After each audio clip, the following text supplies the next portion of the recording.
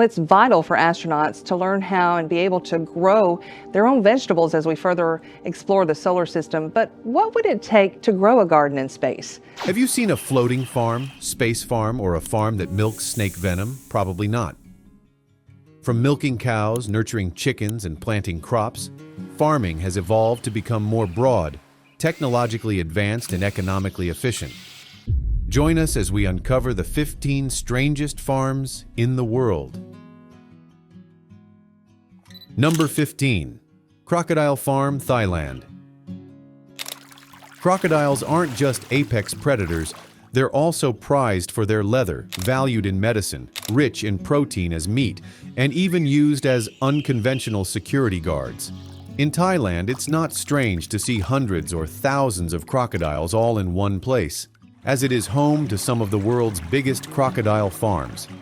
Therefore, the sight of crocodiles sitting still in their pens, waiting to be fed chickens, while others swarm in emerald green pools is not uncommon there.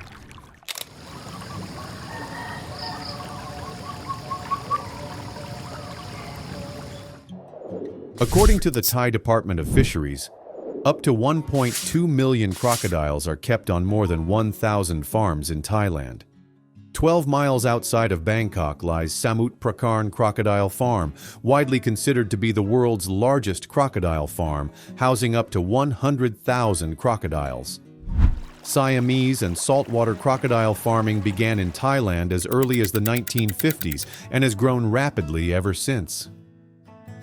Saltwater crocodile leather, especially from the stomach area, is prized for its soft, fine scales.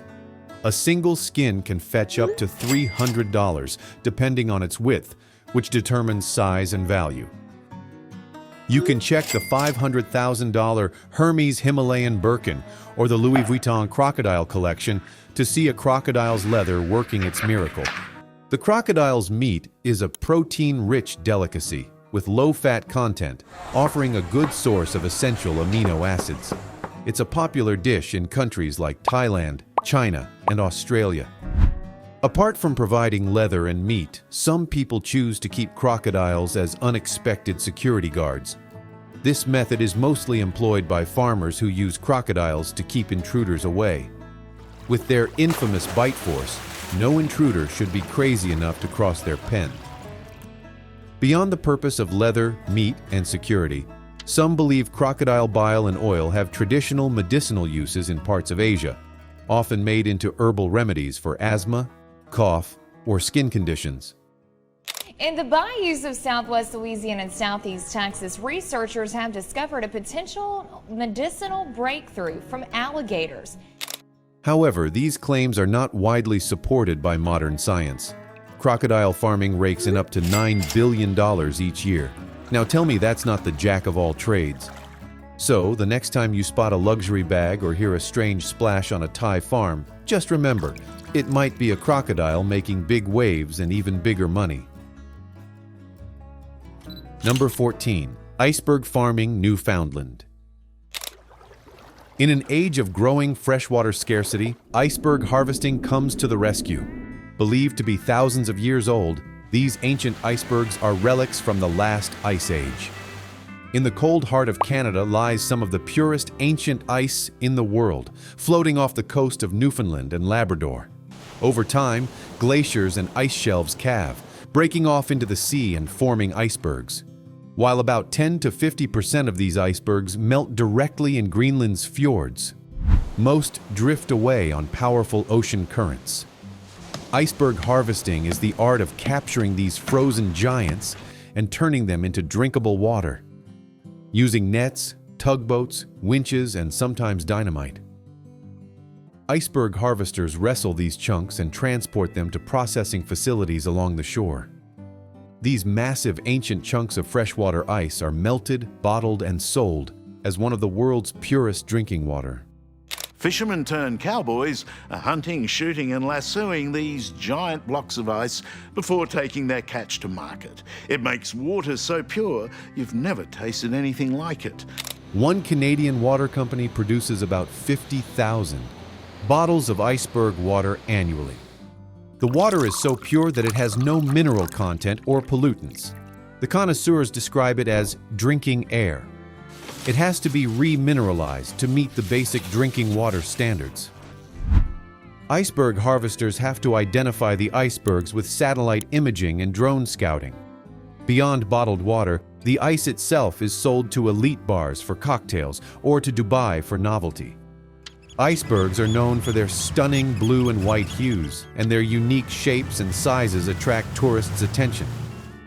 Ranging from small growlers to towering size of office buildings, drawing in tourists eager to witness these giant natural ice sculptures. Newfoundland and Labrador is famous for its breathtaking icebergs. They draw tens of thousands of tourists to the province every year. While it might not be farming in the traditional sense, the method is strikingly similar.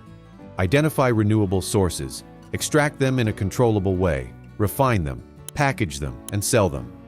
So next time you sip a luxury cocktail or see crystal clear water in a glass bottle, remember, it might have been carved from a 1,000-year-old iceberg, one chainsaw cut at a time. To enjoy more astonishing discoveries, hit the like and subscribe button, click on the bell icon to stay notified of our newest updates. Number 13. Cactus farming, Mexico. Climate change poses one of the biggest threats to sustainable crop production. In hot, arid zones, prolonged droughts and desertification lead the charge. That's why crops that can survive drought, extreme heat, and poor soils deserve more attention than ever. In Mexico, cactus isn't just a desert plant, it's a food source. Nopal cactus is farmed and eaten in salads, tacos, and juices. It's spiky, but surprisingly delicious.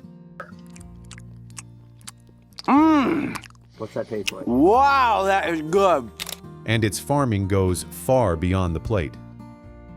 Cactus farming involves planting, nurturing, and harvesting these resilient plants for food, livestock feed, and even medicine.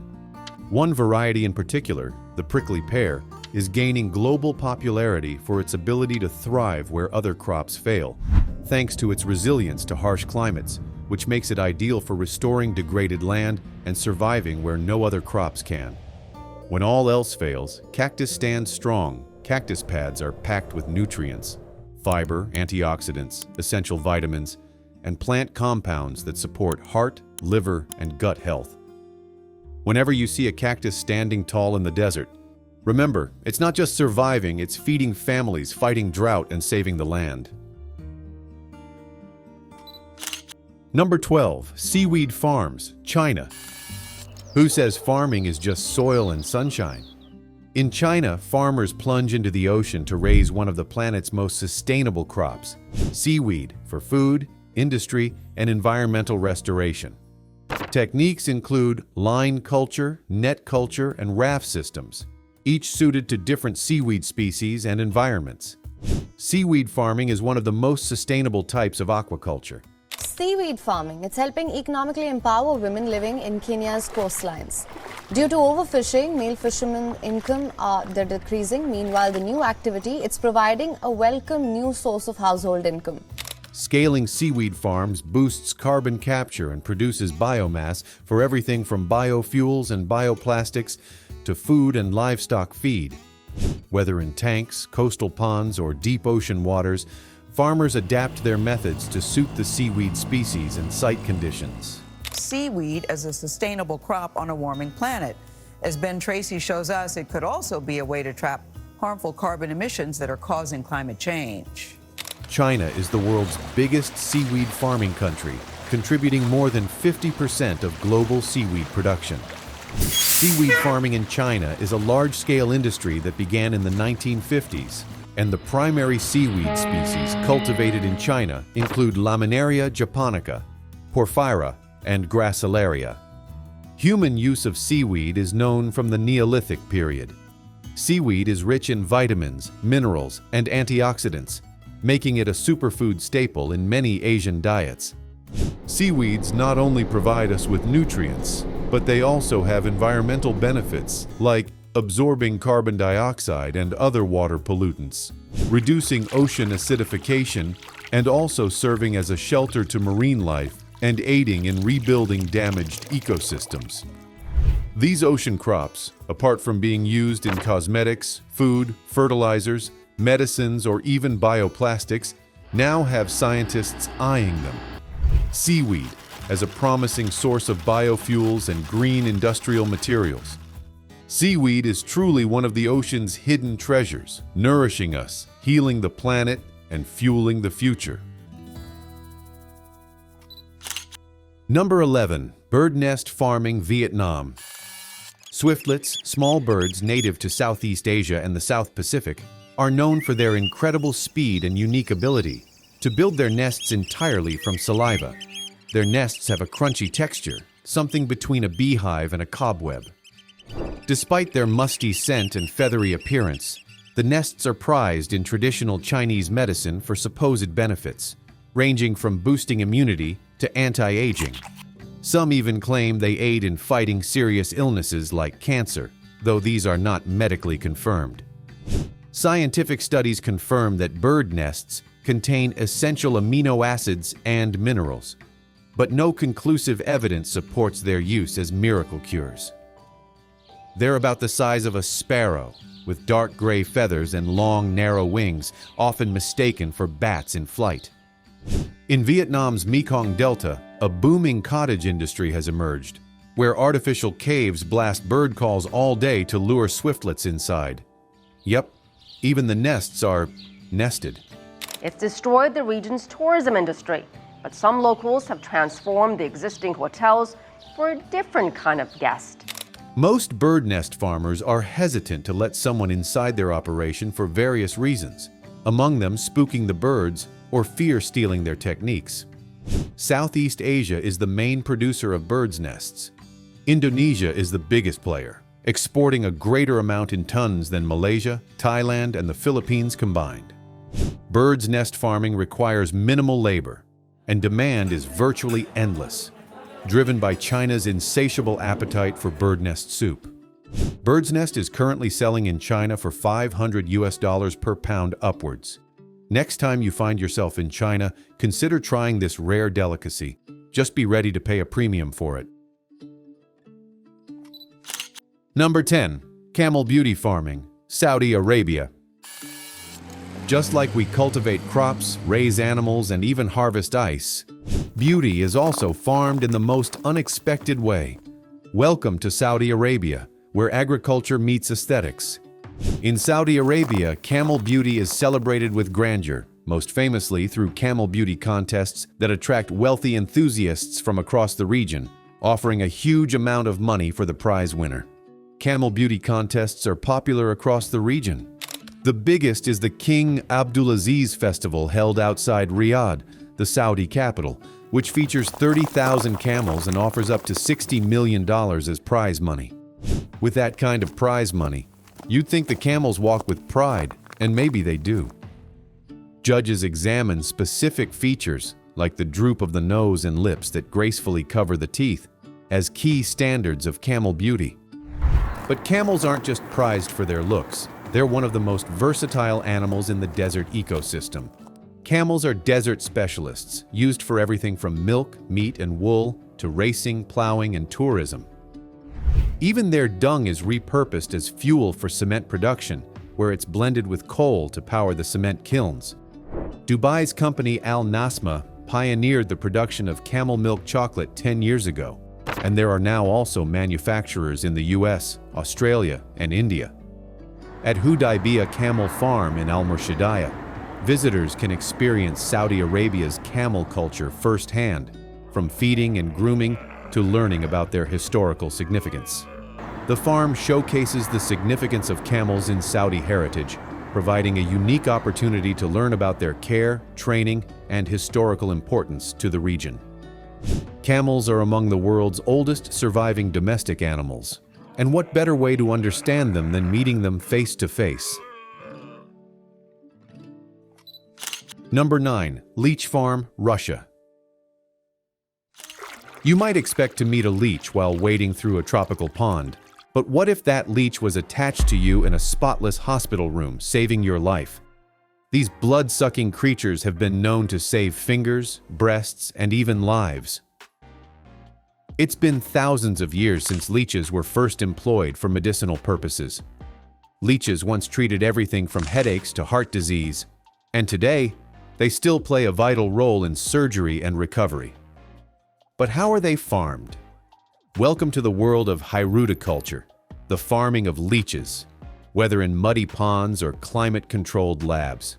Leeches are farmed using a variety of methods, including laboratory breeding, intensive breeding in artificial ponds, and semi-intensive breeding in natural ponds. Laboratory breeding is suitable for cold countries, while semi-intensive breeding in natural ponds is generally the most cost-effective method. The process involves preparing the leeches, creating a suitable habitat, providing food, typically mammalian blood, and managing the leeches throughout their growth cycle. Russia is considered to have the highest concentration of leech farms. The International Medical Leech Center at Udalnaya, near Moscow, is the world's largest leech farm. This facility produces an estimated 3 million leeches annually. In Russia, these squirmy creatures aren't pests, they're profit. From ancient healers to modern hospitals, leeches have gone from swamp to sterile suite, and their farming proves that even the most unlikely creatures can be life-saving assets. Number 8. Elephant Dung Farm, Thailand. Love coffee? Whether you're a late-night worker or just a caffeine addict, brace yourself for this next brew. Black ivory coffee, the world's rarest blend, comes from an unexpected source: elephant poop. Yes, you heard that correctly. It starts when elephants in Surin province eat the finest 100% Thai Arabica coffee cherries, which are then recovered from the elephant's dung. The beans are washed, sun-dried, and roasted to produce black ivory coffee. The company claims the coffee is cruelty-free and supports elephant conservation by donating a portion of its sales to the Golden Triangle Asian Elephant Foundation. The taste of black ivory coffee is influenced by elephants' digestive enzymes, which break down the coffee's protein. It's similar to Kopi Luwak, the civet coffee that was all the rage a few years back. Dinkin has just supersized the idea. Blake Dinkin wanted what makes his brew different and better than Kopi Luwak. And it starts with the idea that elephants, unlike humans or civets, are herbivores. Blake Dinkins explains that because elephants are herbivores, their slow digestion and natural fermentation enhance the flavor, removing bitterness and drawing out the sweetness in the coffee. From jungle paths to premium cafes, Elephant Dung delivers a cup of coffee so smooth, it's worth every wild step of the journey. Number 7. Belgian Blue Cow Farm, Belgium.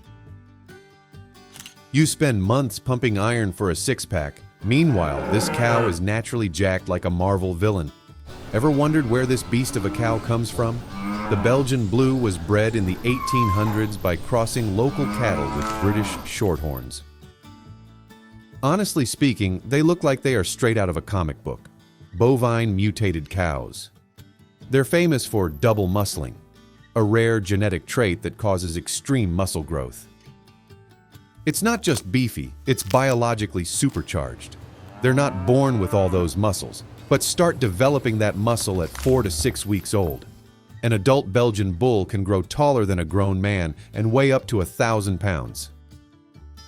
Luckily, these muscle machines are pretty chill, docile even, but don't get too comfy. A bull's still a bull. With more muscles than a superhero and a calm attitude to match, the Belgian Blue proves you don't need a gym to be an absolute unit. Number 6. Brahma's Chicken, America. Think your celebration chicken is big? Meet the Brahma. So large it could carry your lunch instead of being it. Bred in the U.S. from Shanghai imported birds, Brahmas ruled the meat market from the 1850s to the 1930s. With feathered legs, reddish eyes, and a pea comb, they strut with old-school royalty. Often referred to as the king of all poultry, the Brahma chicken is appreciated for its great size, strength, and vigor. These giant birds once broke the internet, some weighing up to 16 pounds and standing nearly 3 feet tall. They came to be called the Shanghai birds after being imported from Shanghai. With the size of a toddler and the poise of poultry royalty, the Brahma chicken is less farm bird and more farm legend. Number 5. Insect farming. Southeast Asia. Would you swap steak for crickets if it saved the planet? In Southeast Asia, that's not just a theory. It's a thriving industry. From silk and honey to snacks and livestock feed, insects are being raised like mini cows, efficient, low-cost, and packed with protein. Founded in 2019, the agri-tech startup Fly Farm has positioned itself as a leader in this rapidly growing market, growing black soldier fly larvae on organic waste to reduce emissions and produce sustainable protein feed. Across Thailand, Vietnam, and Cambodia, this farming culture is now one of the most rapidly growing agricultural frontiers in the 21st century. Insect farming saves about 100 times more carbon emissions than traditional livestock while using up to 90% less land. Fun fact, the global insect protein market is projected to hit $1.3 billion by 2027. Strange farming? Yes, but very profitable. Numbers 4. The Pope's Farm, Rome. Ever imagined where the Pope's breakfast eggs come from? Welcome to the Vatican's secret food source, the Pope's very own farm. Pope Pius XI had the Pope's Farm, aka a papal farm, built between 1929 and 1934 in Castel Gandolfo, and it still operates according to the agricultural methods of the time. It's not an organic farm, but uses good old cow dung and traditional methods, only turning to chemicals when absolutely necessary. Castel Gandolfo is an agricultural estate that includes up to 62 acres of farmland that produces food for the Vatican. The farm is known for its dairy cows, vegetable gardens, and olive groves. It's also a place where the Pope can connect with nature and where some of the food served in the Vatican originates. It was originally only exclusively entered by the Vatican, the workers, and some set of people until 2014, when Pope Francis opened the doors to the earthly paradise, specifically opening the Barberini Gardens to visitors on escorted tours. In 2016, the Apostolic Palace within Castel Gandolfo was opened for viewing as a museum. Since then, the Pope's Farm has become a surprising tourist magnet. People from around the world now line up to witness holy veggies and sacred soil, and maybe even sneak a taste of divine chicken. Now that's what I call blessed cuisine. Number 3. Snake farming, Vietnam and China. From venom to vodka, some farms literally bottle up danger for dinner. In the Mekong Delta of Vietnam, venomous and non-venomous snakes are bred, milked for venom, or even served as food, and some use their extracts to create medicines. Dong Tam Snake Farm in Vietnam originally focused on researching venomous snakes of the Mekong Delta and developing life-saving anti-venom for rural bite victims. Snake farms aren't your average petting zoos. They house and breed some of the world's deadliest serpents for venom extraction, research, and medicine production. China's Zhizhijiao, popularly known as Snake Village, is China's premier center of snake farming. The locals have been raising snakes since the 1980s. Currently, about 800 people in Zhizhijiao work in the snake farming industry, raising up to 3 million snakes a year. Live snakes are supplied to specialty restaurants. Dried or preserved in alcohol, they are sold to manufacturers of traditional Chinese medicines. So the next time you sip something strong in Southeast Asia, just remember, it might have once slithered. Number 2. Space farms, Russia. What once felt light years away, growing food in space, is now orbiting right above us. Space farming refers to the cultivation of crops for food and other materials in space or on off-Earth celestial objects, equivalent to agriculture on Earth.